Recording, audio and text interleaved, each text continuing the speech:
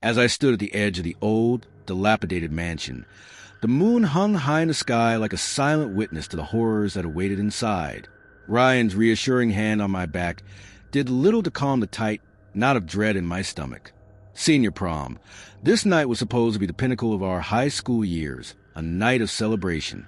Instead, it felt like the beginning of something far darker. The mansion loomed before us, its towering, decaying structure a reminder of its sinister past. It had once been the home of a wealthy family, or so the stories went. But for years now, the mansion had been abandoned, shrouded in rumors. People said it was haunted. They whispered about blood sacrifices and demonic rituals performed in the very walls that now stood before us, crumbling and forgotten. Ryan, ever the optimist, tried to lighten the mood as we made our way to the entrance, but the unease gnawing at my insides only grew stronger.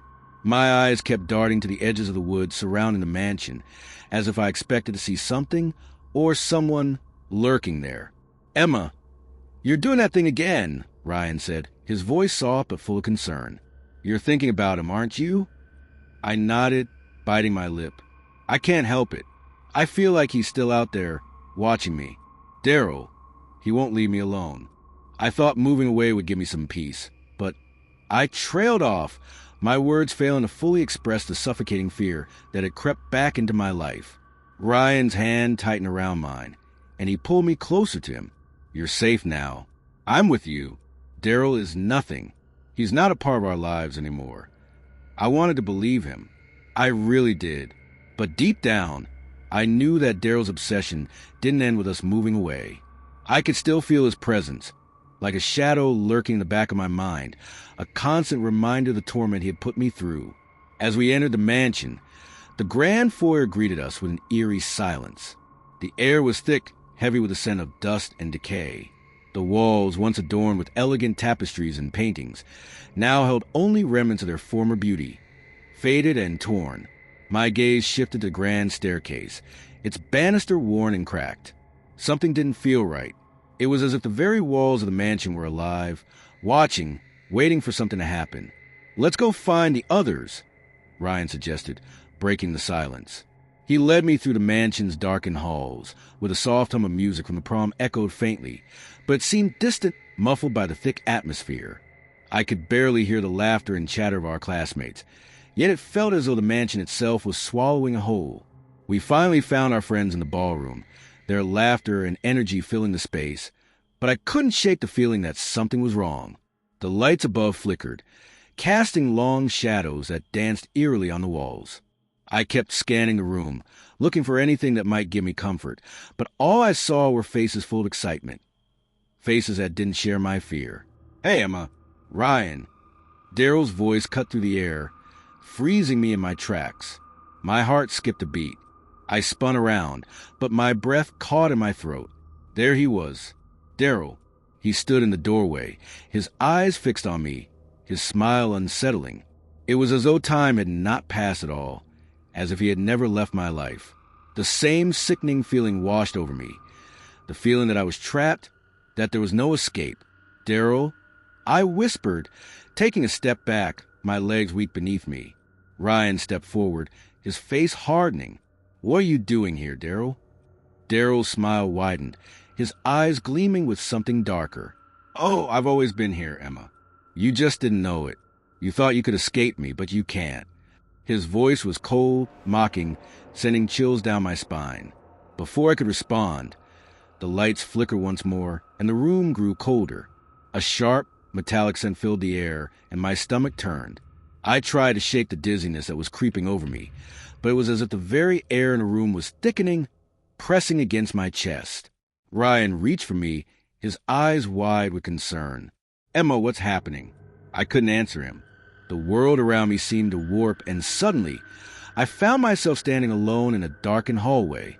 The walls were covered in strange symbols, etched into the stone like they had been there for centuries. The faintest flicker of light revealed the outline of an altar at the center of the room, a blood-stained slab that seemed to pulsate with malevolent energy. I felt a presence behind me. My breath caught in my throat as I slowly turned around. There in the shadows stood Daryl, his face twisted into a grotesque, demonic grin. "You shouldn't have come here, Emma," he said, his voice no longer his own. It was deeper, more guttural, as if something else had taken control of him. This was always meant to be. I backed away, but the door slammed shut behind me with a deafening crash.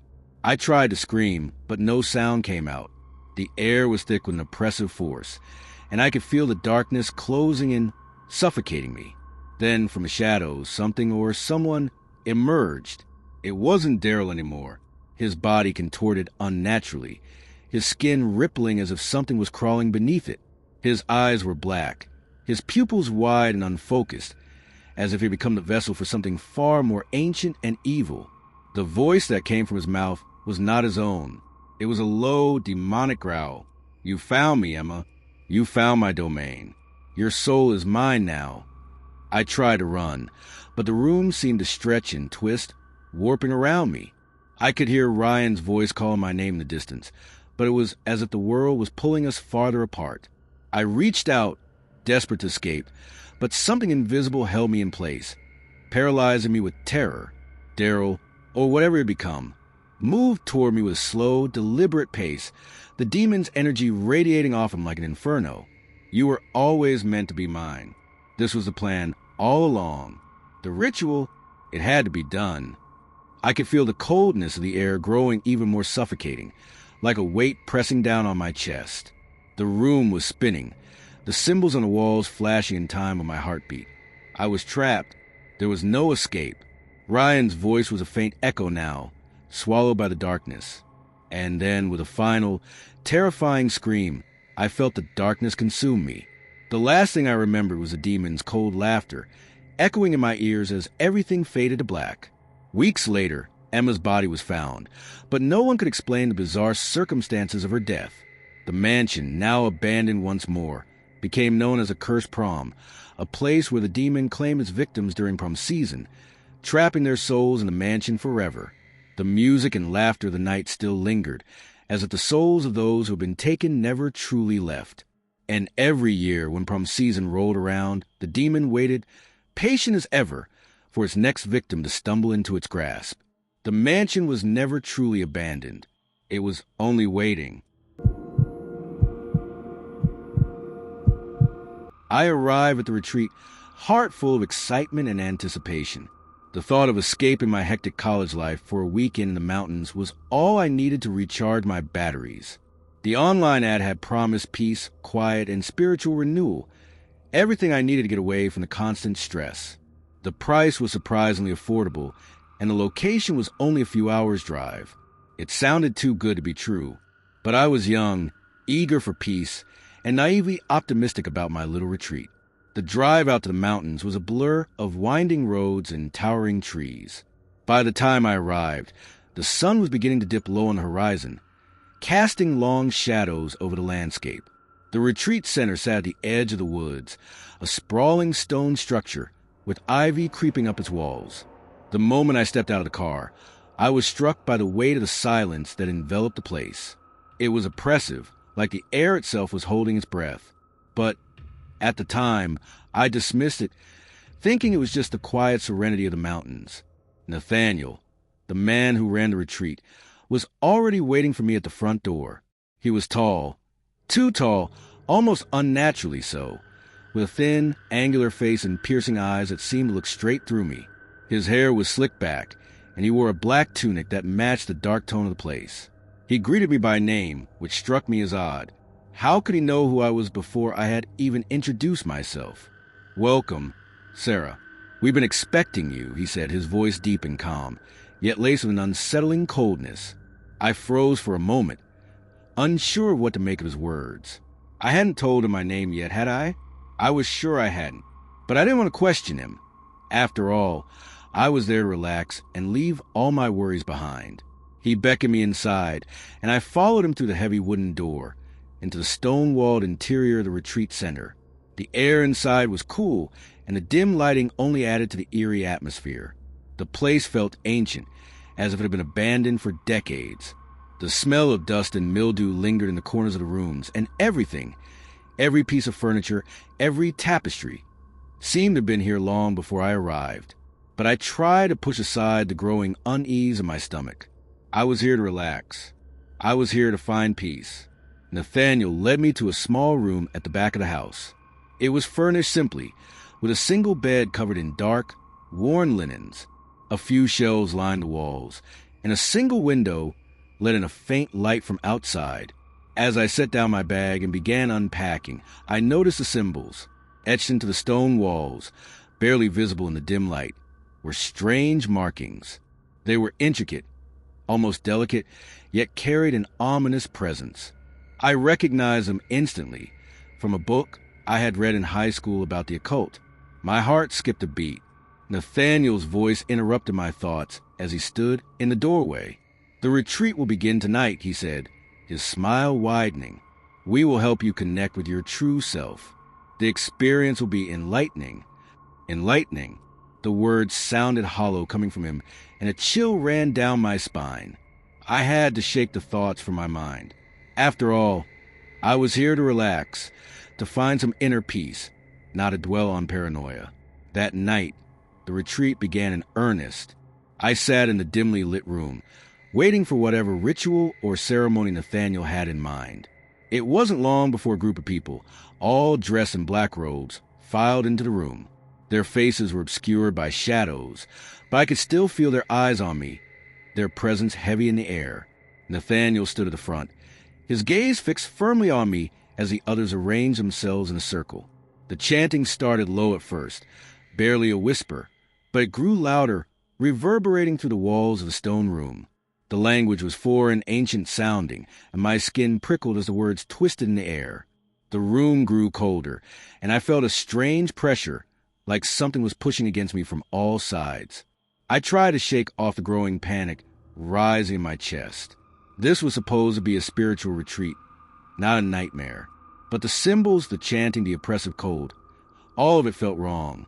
My mind raced, and I grabbed my phone, heart pounding, as I quickly sent a text to my best friend, Emma. "You have to come here. Something's not right. Please." As I hit send, I stood up, desperate to escape. But as I took a step toward the door, a force slammed into me, pinning me in place. I couldn't move, couldn't breathe. The chanting grew louder, the voices melding into one, a deafening sound that made my head ache. And then, just as I thought I might suffocate from the pressure of the room, the door slammed open. Emma rushed in, calling my name. The chanting stopped instantly, and I felt the hold on me release. For a moment, everything was still. Then Nathaniel's eyes locked onto mine. His smile widened, an expression so full of malice it made my blood run cold. Before I could react, he lunged toward me, his long, thin arms reaching out like claws. Emma grabbed me just in time, pulling me backward, away from the oncoming nightmare. We turned and bolted, running for the door, racing into the dark, unforgiving woods. Behind us, I could hear the chanting starting again, louder, more frantic. We didn't stop running, even as the woods grew darker and the air colder. I don't know how long we ran, but I could hear footsteps behind us, growing closer. The sound was unnatural, like they weren't quite human. Finally, after what felt like hours, we stumbled into a clearing. My heart hammered in my chest, my breath ragged as I looked back at the retreat center. But it was gone. The massive stone structure had vanished. All that remained was an empty clearing, the place where the house had been. Nothing but the eerie silence of the forest. Emma and I stood there, trying to make sense of what had just happened. We couldn't explain it. It was as if the retreat center had never existed in the first place. No trace of it remained, just a strange feeling that something dark and ancient had been waiting for us. We walked back to the nearest town, both of us shaken, our minds reeling from the horrors we'd witnessed. The whole experience felt like a nightmare, something that couldn't be real. But the cold, the fear, and the lingering presence of that place, they were real. The truth was undeniable. Sometimes, what seems like a peaceful escape can hide the darkest of intentions. The retreat had promised peace, but what it delivered was far more sinister. And now, I would never be the same. We never spoke of it again, but I still have the symbols in my mind burned into my memory. And sometimes when I close my eyes, I can still hear the chanting, calling me back to the woods.